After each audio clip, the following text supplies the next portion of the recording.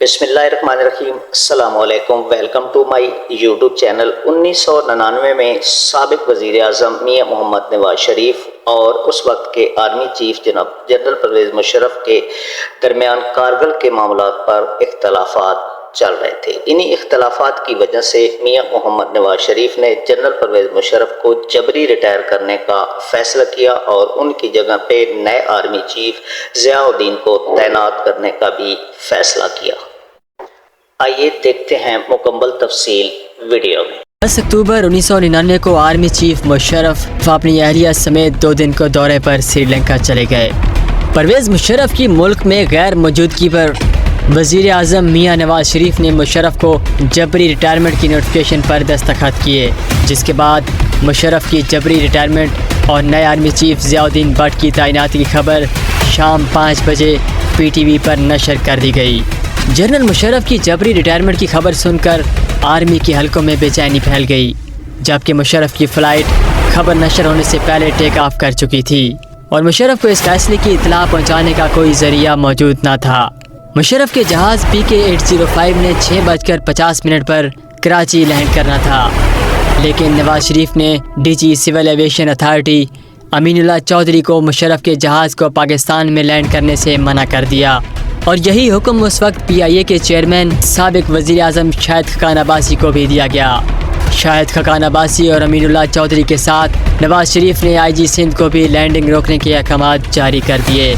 Sindh police ने वज़ीर आज़म के अहकामात पर अमल दरामद करते हुए एयरपोर्ट पर फायर ब्रिगेड गाड़ियाँ खड़ी करके रनवे को ब्लॉक कर दिया ताकि तैयारा लैंड न कर सके।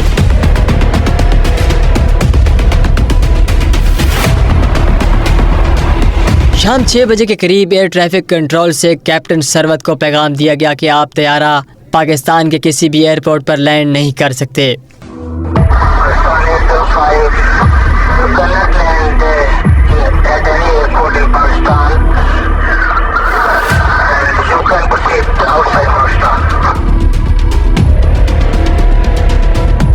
ये सुनकर परवेज़ मुशर्रफ के जहाज़ के कैप्टन काफ़ी परेशान हो गए, क्योंकि जहाज़ में मुशर्रफ समेत 198 मुसाफिर सवार थे और जहाज़ में फ्यूल सिर्फ 30 से 35 मिनट की उड़ान का बाकी था।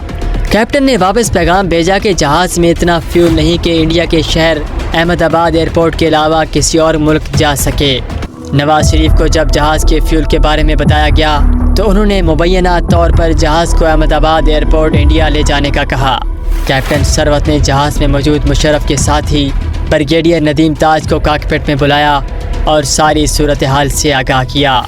ये सुनकर परवेज़ मुशर्रफ भी कॉकपिट में आ गए। जहाज़ के कम्युनिकेशन सिस्टम से कराची कंट्रोल टावर रब्ता किया गया। एयर कंट्रोलर को मुशर्रफ ने कोर कमांडर कराची से बात करवाने का कहा तो एयर कंट्रोलर ने बात करवाने से इनकार कर दिया। उधर जनरल इफ्तिखार को सारी सूरत हाल का इल्म हुआ तो वो कंट्रोल टावर पहुंच गए। जनरल इफ्तिखार ने पायलट से बात करवाने का कहा तो कंट्रोलर ने यह कहकर इनकार कर दिया कि ऊपर से सख्त आर्डर आया है कि फ़्लाइट के अलावा पायलट की किसी से भी कोई बात न करवाई जाए।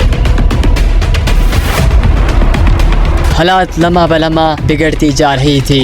एयर ट्रैफिक कंट्रोलर का जवाब सुनकर जनरल इफ्तिखार ने उस पर पिस्तौल तान लिया, जिस पर कंट्रोलर ने पायलट से बात करवाई और जनरल इफ्तिखार ने पायलट को अहमदाबाद इंडिया जाने के बजाय कराची में ही लैंड करने का कहा। जनरल इफ्तिखार ने मुशर्रफ को नए आर्मी चीफ ज़ियाउद्दीन भट्ट की अपॉइंटमेंट और उसकी जबरी रिटायरमेंट की खबर दी। ब्रिगेडियर नदीम ताज और जनरल मुशर्रफ भी उस वक्त पायलट के साथ कॉकपिट में मौजूद थे।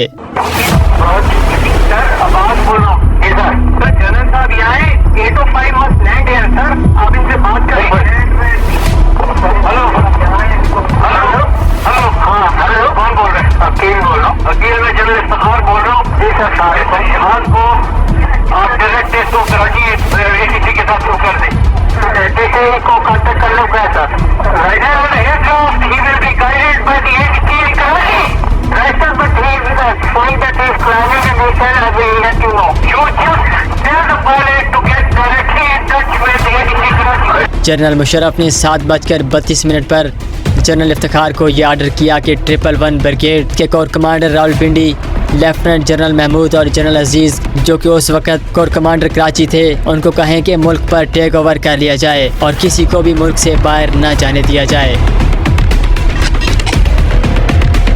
नाज़रीन, लैंडिंग टाइम 6:50 था, जबकि हत्यारे को हवा में घूमते हुए 50 मिनट हो चुके थे और पायलट की परेशानी बढ़ती जा रही थी। आखिरकार फ़ौज की मुदाखलत से 7:40 पर त्यारे को कराची एयरपोर्ट पर बहिफाजत लैंड करवा दिया गया। जब त्यारे ने लैंड किया तो जहाज़ में सिर्फ 7 मिनट का फ्यूल बाकी था। जनरल मुशर्रफ त्यारे से उतरे तो कोर कमांडर कराची जनरल उस्मानी ने उतरते ही उनको ये बताया कि मुझे आपको गिरफ्तार करने का हुक्म मिला है। इस बात पर एक लम्हे के लिए मुशर्रफ घबराए, लेकिन साथ ही जनरल उस्मानी ने मुस्कुराते हुए कहा, सूरत हाल कंट्रोल में है सर। यूँ एक बार फिर मुल्क में मार्शल लॉ लग चुका था और अब मुल्क का तमाम कंट्रोल फौज के सुपुर्द था। Dear brothers and sisters, your armed forces have never and shall never let you down, inshallah.